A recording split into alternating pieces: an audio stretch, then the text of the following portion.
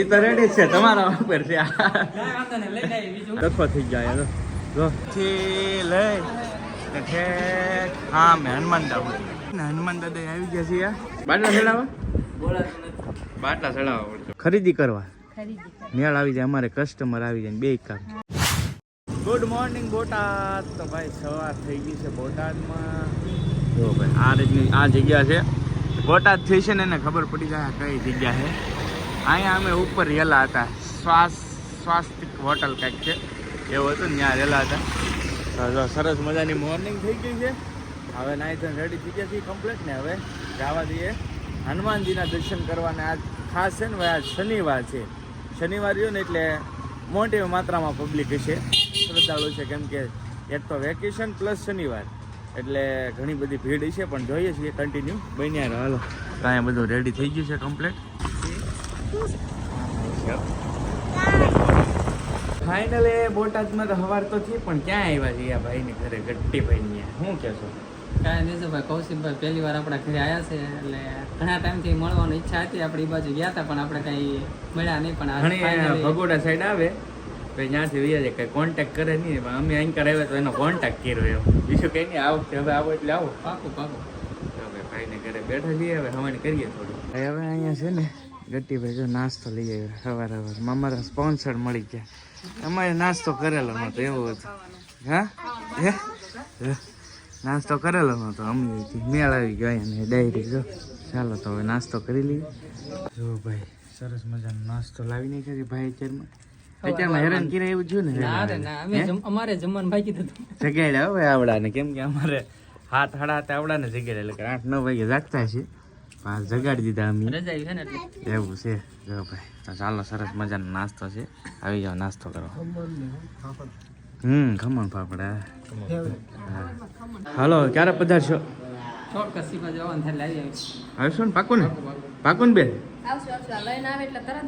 એ તો રેડી છે તમારા ઉપર છે. ચાલો હા રાત રોકાવા ત્યાં ભગોડા હવે તો તમારે થઈ ગયો કોન્ટેક્ટ એટલે ભગોડા આવો ને એટલે હવે નાઈટ રહી જાવ દાળ ખાવા. એ સાચી વાત. હાલો ચાલો ભાઈ હવે નીકળીએ ભાઈ. અત્યારે ફાઇનલી છે ને અમે હવે સાળંગપુર પહોંચ્યા. બહુ ટ્રાફિક છે. ગાડી મૂકી દીધી છે બહાર અને અમે હાલીને જઈએ છીએ. ટ્રાફિક એટલે હદ બહાર છે ભાઈ. અંદર એન્ટ્રી ન થાય એમ બધા હેલા આવે છે હવે જઈ છીએ ફૂલ ફૂલ ટ્રાફિક ભાઈ. જો ટુ વ્હીલ વાળાને ને જવા જતા કે જો ડખો થઈ ગયો ડખો થઈ ગયા જો ટોટલી છે ને ભાઈ જામ લાગી ગયો છે સાળંગપુરની અંદર. અહીંયાથી તો જવાય નથી દેતા. અહીંયાથી તો અમે ગાડી આમ પાર્કિંગ કરીને અહીંયાથી હવે હાલીને જઈશું આપણે. એ રીતનો છે પ્લાન. અહીંયાથી જવા જ નથી દેતા.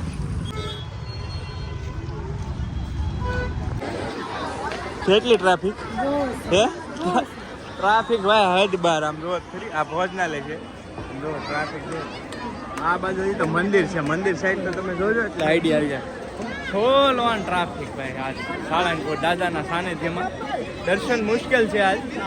Full on traffic. અહીંયા જો મંદિર છે જઈએ આપણે તમને બતાવું કઈ રીતનું. ભાઈ આ દર્શન બહુ મુશ્કેલ છે. તમે જોઈ શકો છો ટ્રાફિક. આ મેન મંદિર છે. ટ્રાફિકની વાત કરીએ ને તો આમ જો લાઈન તો આ બધી લાઈન છે દર્શનની ભાઈ. અહીંથી લઈ ઠેઠ હા મેં હનુમાન દાદા બહુ લાઈન છે ભાઈ. બહુ જબર લાઈન.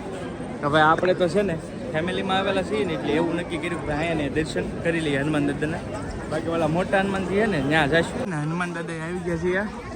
સરસ મજાની પ્રતિમા છે ને ત્યાં પણ. અહીંયા પણ તમે જોઈ શકો છો અત્યારે ટ્રાફિક અત્યારે ખાસ છે ને ભાઈ સાળંગપુરમાં ફૂલ ઓન ટ્રાફિક છે કેમ કે વેકેશનની સિઝન શરૂ છે ને એટલે જો કેટલી ટ્રાફિક છે. કેટલી મોટી સંખ્યામાં માણસો છે. બહુ બધા શ્રદ્ધાળુ દર્શન કરવા આવેલા છે. કેમ લાગ્યું ટ્રાફિક? ટ્રાફિક બહુ ગજબનું છે. આમ તો બહુ બધું મસ્ત છે. જગ્યાએ બહુ મોટી છે વિશાળ. નિરાતે આવવું પડે. નિરાતે આવવું પડે. તો મજા આવે. હા સુરતની પબ્લિક આવડા સુરતના પબ્લિક છે ને એમ છે ભાઈ. એવું છે. ચાલો કન્ટિન્યુ. અહીંયા આવ્યા તો ફરી પણ તડકો બહુ લાગ્યો છે.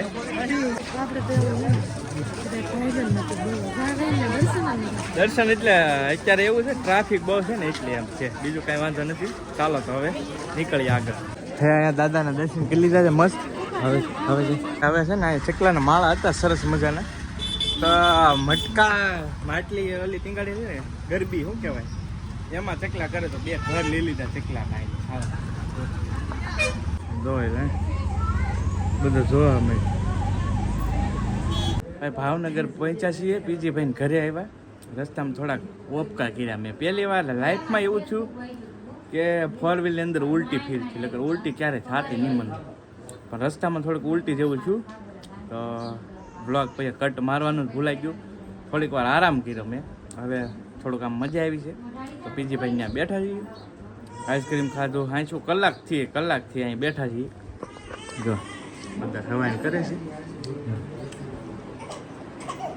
શું કે પાલતી બ્લોગ તો બહુ મોડો ચાલુ કર્યો. 1 કલાક છે હાલે. પકડી ગઈ છે. બાટલા ચડાવવા પડશે ભાઈ. એવું છે. માવા ઉપર માવા દાબીએ છીએ ક્યાં ને રામ. પીજી ભાઈ શું છે બાકી સારું? બસ શાંતિ છે. તો ભાઈ હિસકો નાખે છે. હાલો હવે પાછી થોડીક અમે ભાઈ અત્યારે છે ને આ રંબે એ હેઠી બેસા જીને જો ખોલવાનું નહીં. શું ખોલવું છે? શું રમવો તમે? હે શું રમવો? નકરા હેલિકોપ્ટર આવે છે. પણ એ તોડી હું કામ લેતી એટલા બધા? હા પીજી ભાઈ ત્યાં જો આ એરપોર્ટ રહો ને એટલે જો પ્લેન કેમ પણ ચકાચક વટે પ્લેન. હાલો હવે રજા લઈએ. આવડા નો તકલીફ. હાલો રજા લઈએ હવે ભાઈ. ક્યારે પધારશો? અમારે આવવાનું બાકી છે. કાયદેસર ઓપનિંગ નું નથી આવ્યા. કે તમારી બધી ઓડિયન્સ ને એમ છે કે વિચારતા હશે કે આ પીજી ભાઈ કેમ હા આવ્યા ના પીજી ભાઈ કંઈક થયું હશે, પણ એવું કાંઈ નથી. એવું કાંઈ છે નહીં. પધારવાનું છે બરાબર? ના ચોક્કસ. હા ચાલો રો કા આવવાનું છે. આવડા ને આવ્યા ને ઓપનિંગમાં. સ્પેશિયલ ખરીદી કરવા મેળ આવી જાય. અમારે કસ્ટમર આવી જાય 2 કામ કા. તો ભાઈ ચાલો તો હવે નીકળી.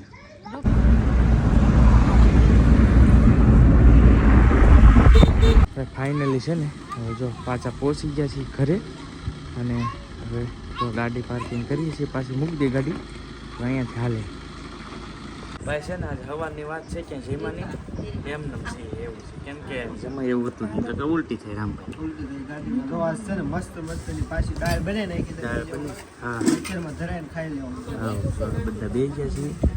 ચાલો હા હાલો દાળ ખાવા. હે બહુ ભૂખ લાગી. મોતીને રોજ ખાવા ભાઈ. અને ભૂખ લાગી છે.